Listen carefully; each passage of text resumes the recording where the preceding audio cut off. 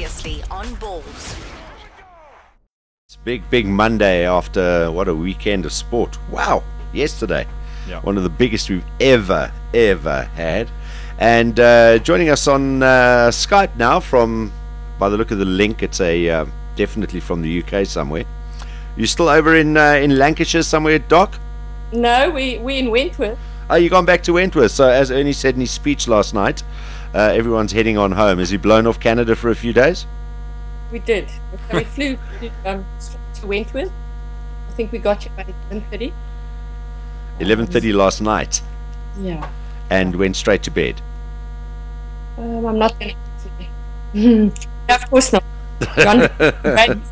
A little bit of a party there. Sherylle, we're not picking up your Skype very well. Johnny, Yes. I don't know if you can maybe get closer or just move somewhere where there's a better signal there. Is that better? Yeah, I can also turn my pic off if that's video. No, we've turned ours off, so that should be a lot better. Now we can hear you nice and clear. I see you wearing the brand there, the Ernie Els shirt. So, yeah, just... All my bags went to Canada, so Wow. this is how I walked the course yesterday, and that's about all I have with me. Wow.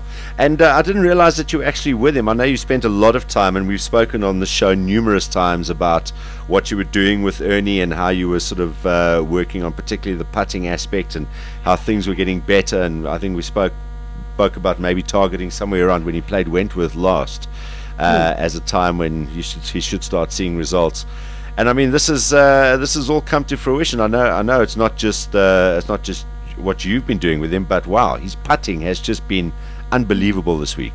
Yeah, it's been great. It's been great, and as I said to quite a few people, all credit's got to go to him because we really restructured his whole putting style, and he was open to it, and he worked really hard, and well, the benefits are there. So, yeah, great guy, and great credit to him.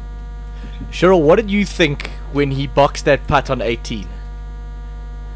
Well, I said to him that effectively won it because we then realised what Adam Scott was doing. We of course went straight to the putting green, but I said to him last night that probably killed Adam Scott because had he had that one shot cushion, he probably would have done better on the 18th. I think. Yeah. So I think that putt was huge. I saw you guys while I mean, obviously everything went down while, you know, and I well, let's just first of all take it down to the Ernie's last few holes because he did miss a fairly shortish kind of putt. I mean, he'd been nailing them all day. He missed a fairly short putt on one of the holes on the back nine. Just missed it left, but generally everything else went in. So when he got down to those final three, he was saying, look, if you can just get another birdie or two, go to 6, even go in at 6 or 7 under, he's got a shot to, because we don't know what's going to happen. And we saw a lot of people bogeying and double bogeying 17 or 18 or both of them. So there was always a chance if he could. Was he very chatty with you guys while you guys were walking the course with him, or was it pretty much that was the strategy? No, he's focused, and you know, he'll make eye contact with me every now and then. But there were so many people. It was quite a fight just to get a spot to watch. So, but I could see when he woke up the previous day as well, he was just ready to go. Yeah, and he was laughing, and you could see he was in good spirits. He was spending a lot of time chatting to Zach Johnson's caddy as well. We thought maybe he'd fired Ricky again, and was doing a deal with him. But Ricky's been huge as well. You know, he has a big role to play as well. Yeah, how's his leg? Well, it's not great, but it's much better. Obviously he will always feel it. He is favouring, and of course, and he has no sympathy for him whatsoever. No. I want to ask what was being. I know we did see you actually on television, standing on the putting green. Ernie was busy tweeting or looking at SMSs or something. I don't think he tweets. And you were standing there with him, obviously Ricky and one or two other people. What was going on there? He did hit a few very, very short putts, but he wasn't really looking like he wanted to go out there and hit a few balls or anything. He looked pretty comfortable with what he'd been doing on the course. Yeah, I actually said to him, you probably don't even have to do anything now, but just to keep him focused and get him away from what was happening. We have a routine that we always follow, and I said, let's just go out and do 10 of those and, you know, keep focused, and he did them better than ever. I knew that, you know, had we got a playoff, he was good. But luckily we didn't even go there. Yeah. So just go through the key thing. I mean, without giving away your whole iGym secret, because as we said, now 2 back-to-back World Cups. You can add a major to that as far as successes goes with your program. But what was the key thing that you've changed in Ernie's game? And I mean, was it purely on putting that you were working with him? Because I know he'd been struggling with the putt. He'd gone to the belly putt. He's gone back to the normal one now. What were the basic things you worked on with him? Yeah, well, that was the start. So when I saw him in fan court in beginning of the year, I saw that his putting stroke could be a lot better. In fact, it's one of the worst I've seen in a long time, and he knows I told him that as well. And we just restructured it. We started from the beginning. You know, what do you do? How do you read it? How do you line it up? What do you do with your eyes, etc., etc.? And we just worked through routines. I still think we're probably 80%. We've got another 20 to go, so that's really exciting. Wow. And he embraced it, and he trains in the iGym before he goes out on the course during competition. So it's a combination of that. And then Darren, I think also, you know, I help him a little bit psychologically because I've been in those positions before. So we've kind of structured what's good for him under those conditions. And we talk that.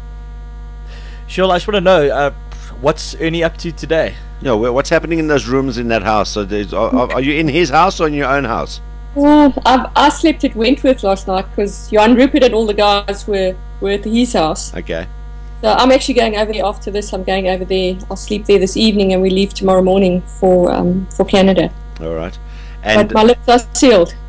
Your lips are sealed. Yeah, I can just imagine. He's delighted. He is absolutely delighted. That's amazing. So I mean, he plays the Canadian Open. Because in his speech it sounded like he was blowing the tournament off, but I think it's just the way it came out. He was just blowing off the fact that he had to fly, because you guys were going to fly last night, right? Yeah. Well, as I said, our luggage is all gone. You know? We were going to get in the car, go to the airport, and fly out. So can you tell me, Sherylle, what time did you get to bed this morning? I got to bed early, probably about 3:30. Lovely, Sherylle. It wouldn't surprise me if they're all still sitting around there with a claret jug somewhere and still going. There are 2 on the table, so it's a really special, really special photograph. Just seeing both those jugs on the table. Simon, no, don't even go there. Okay, I won't. So what do you mean by there's 2 jugs? A replica. Your replica, yeah. Did you get a replica to keep? Yeah. To drink out of. You Yeah. drink out of So that one. the original one he obviously got with him now, and he's allowed to keep it for a year. And the other one is the one that he won previously. Sherylle, the guy that did the engraving must have had a good eye, because he had to do that very quickly, eh? No, well, he must have been pissed off. He was probably halfway through Adam Scott, and that struck change. It was great. It was the most wonderful experience. That's awesome. All right, so I think that second claret jug came in after Ernie won his first Open Championship. And they thought, okay, let's make a replica so these guys can enjoy it, and just and then they sweat through a day or 2 before because the claret jug obviously goes back to St Andrews, doesn't it? Wherever, yeah. All right. Yeah.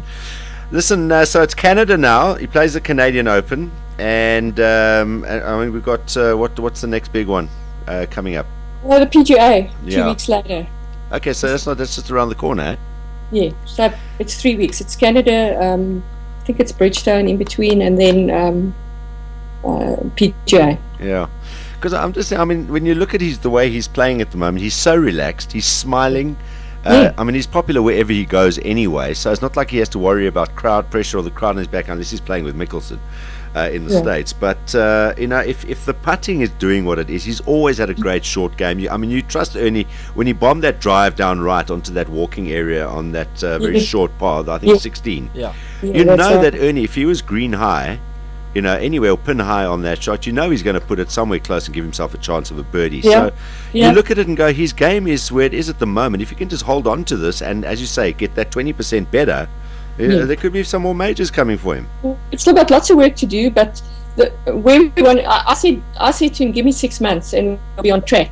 And when I calculated, 6 months happened to be British Open. Really, eh? Yeah. Oh, so that's amazing. And That's amazing. and Sherylle very modestly said it's going to happen. He's going to win.